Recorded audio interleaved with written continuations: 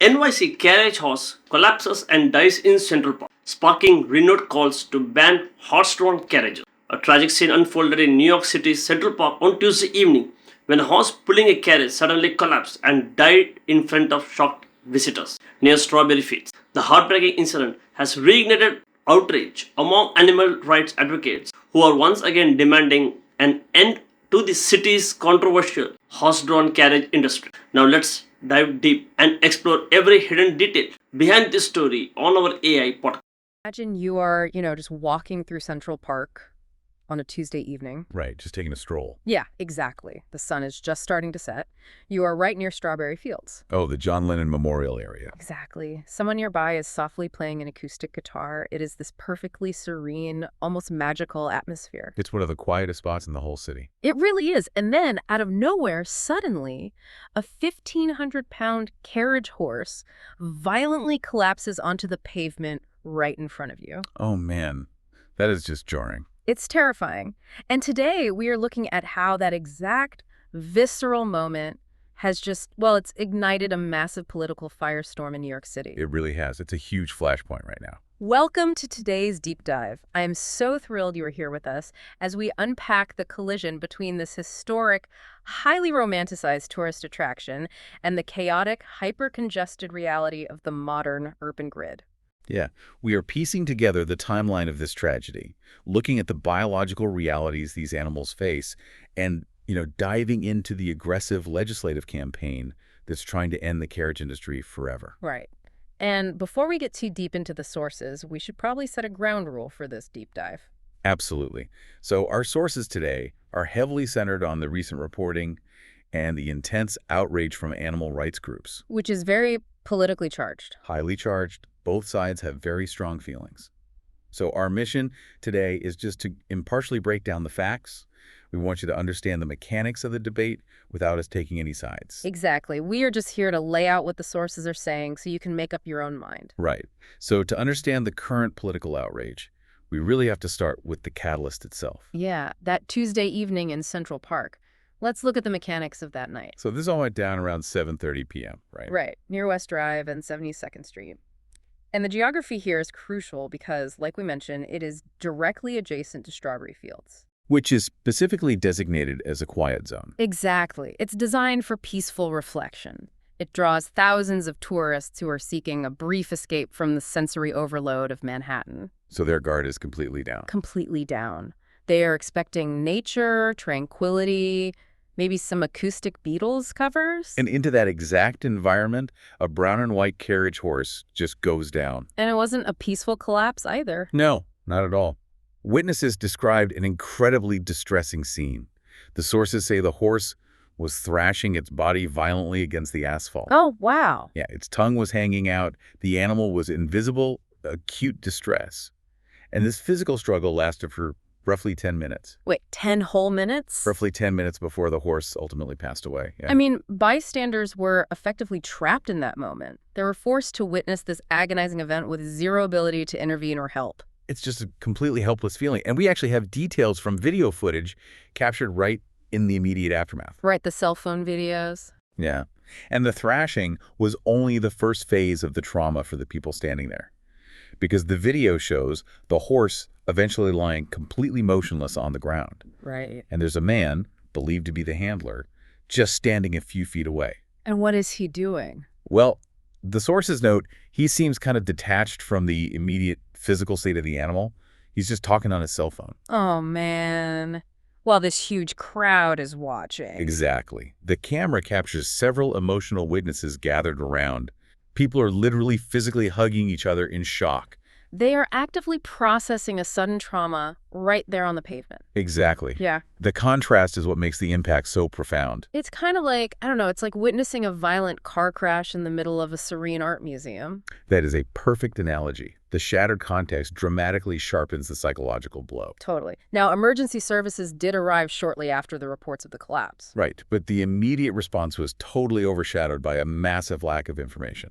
Yeah, there are just massive blank spaces in the timeline that authorities are still trying to fill. Like what?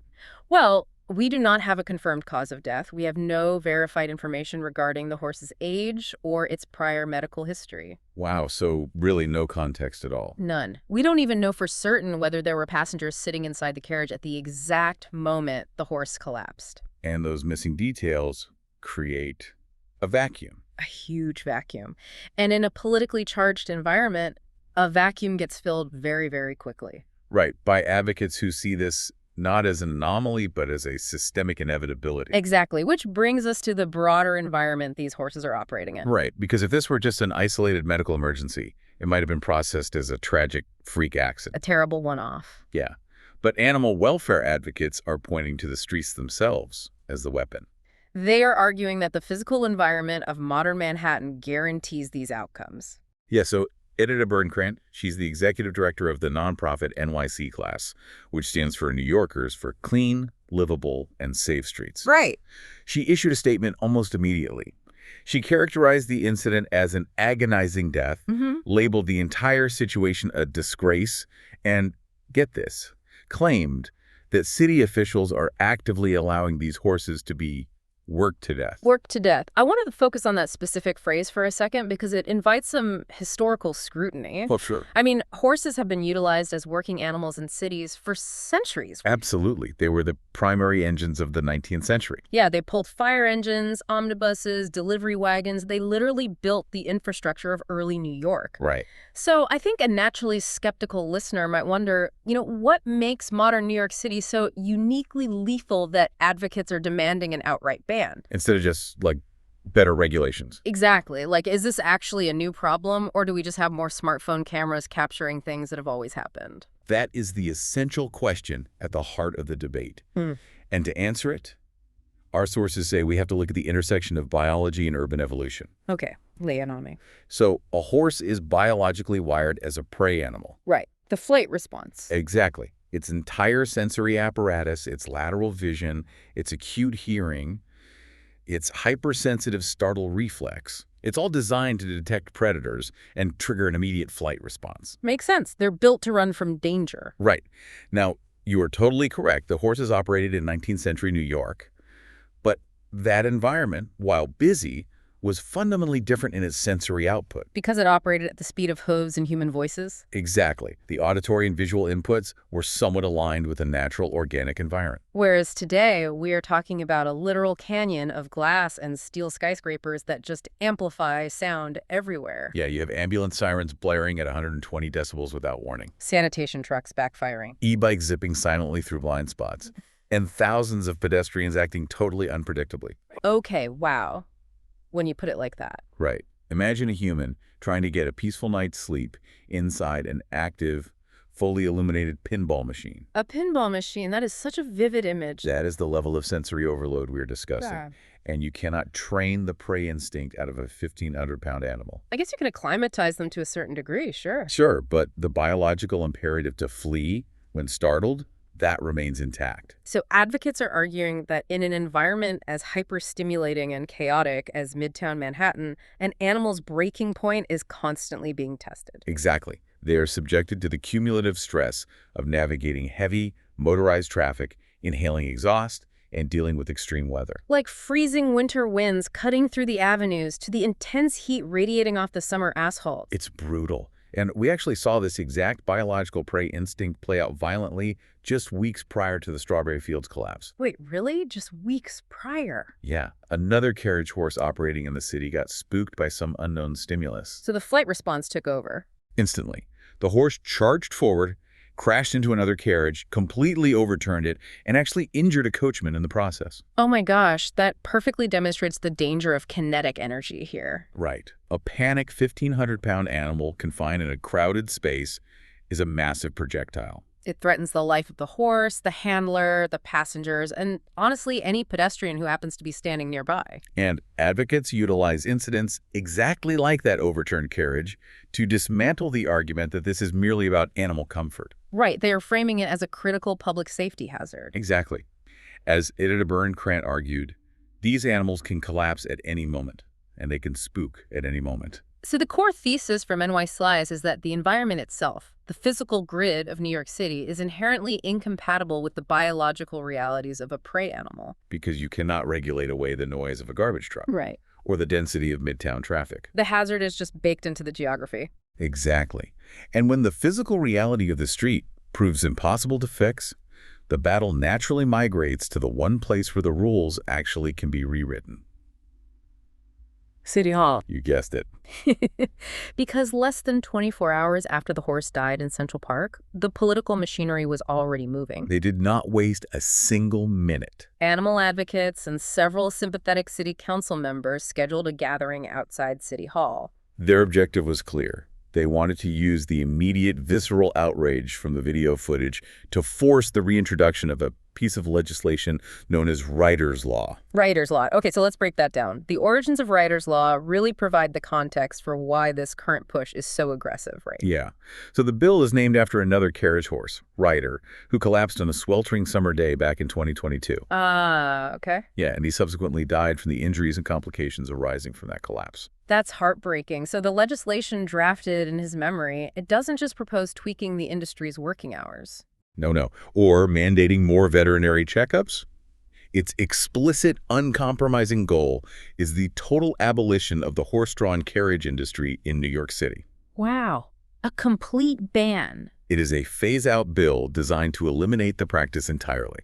But here's what I find fascinating about the political history of this specific bill. It reveals a huge bottleneck in local government. Oh, the committee system. Yes, because in previous legislative sessions, Writer's Law actually accumulated significant high-level support. Right, it wasn't some fringe idea. Not at all. It had the backing of a large coalition of vocal activists on the ground, and it was publicly supported by former Mayor Eric Adams. Which is huge. Exactly. Typically, when a piece of local legislation has the active endorsement of the city's highest executive plus a mobilized base of voters, you would expect it to just sail through to a vote. You'd think so, but it stalled. It completely failed to advance through the City Council's Health Committee last year. And this brings us into the mechanics of municipal governance. Because understanding why a popular bill dies requires understanding the immense gatekeeping power of a city council committee.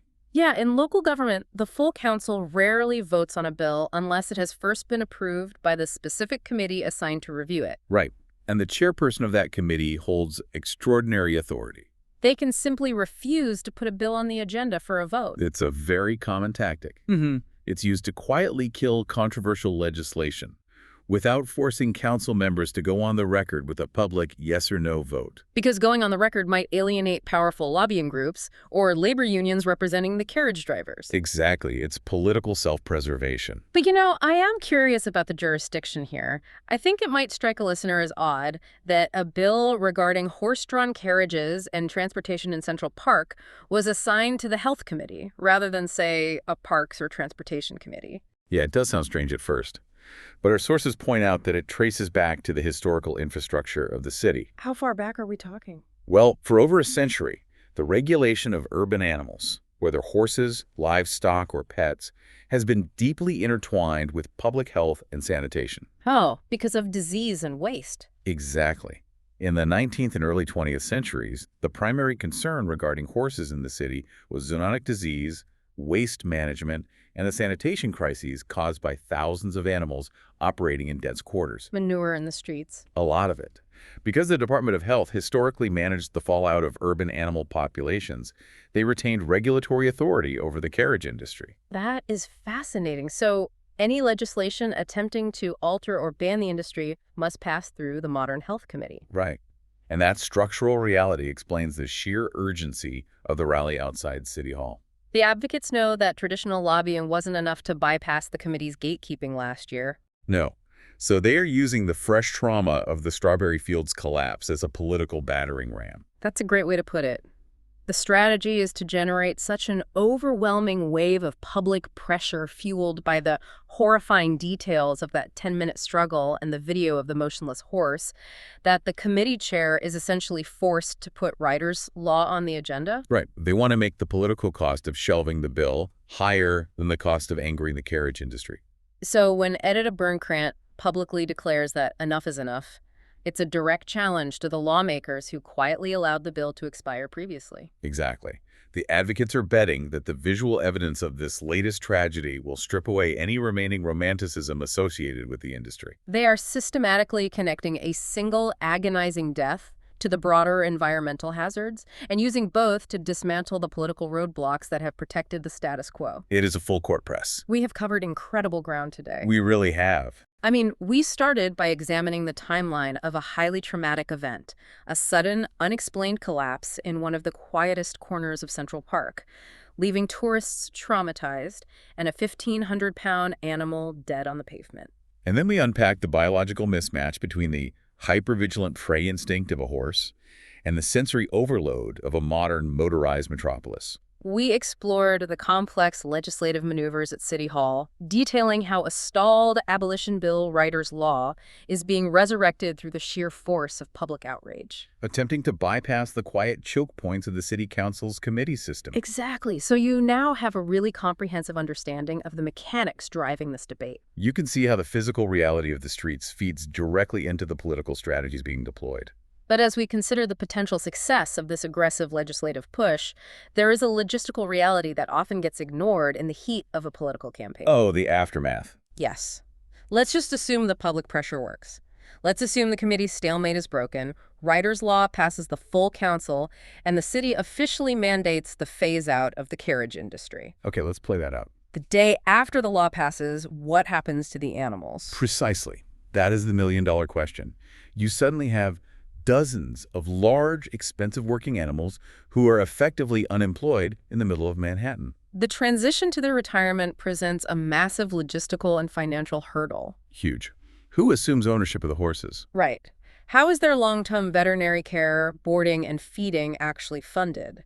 Are there even enough accredited sanctuaries with the capacity to absorb a sudden influx of urban draft horses? Because it is one thing to draft legislation that bans an industry. It is an entirely different challenge to execute the ethical relocation and lifetime care of an entire fleet of large animals. That is the quiet, highly complex reality that waits on the other side of a political victory. It is the ultimate collision of ideology and logistics. Banning the carriages on paper is swift, but managing the actual lives of the animals left behind requires real funding, massive infrastructure, and years of commitment. It totally strips away the simplicity of the debate and reveals just how deeply entangled the city is with these animals. Absolutely. Something for you to mull over as this story continues to develop. Thank you so much for joining us on this deep dive today. Yeah, thanks for listening. We hope we provided a clearer lens through which to view this breaking story, and we warmly invite you to bring your curiosity right back here for the next one. Okay, one question for you. Should New York City permanently ban horse-drawn carriages after another tragic horse death in Central Park? Or can stricter regulations make the industry safer for animals and the public? Don't forget to comment it. Thanks.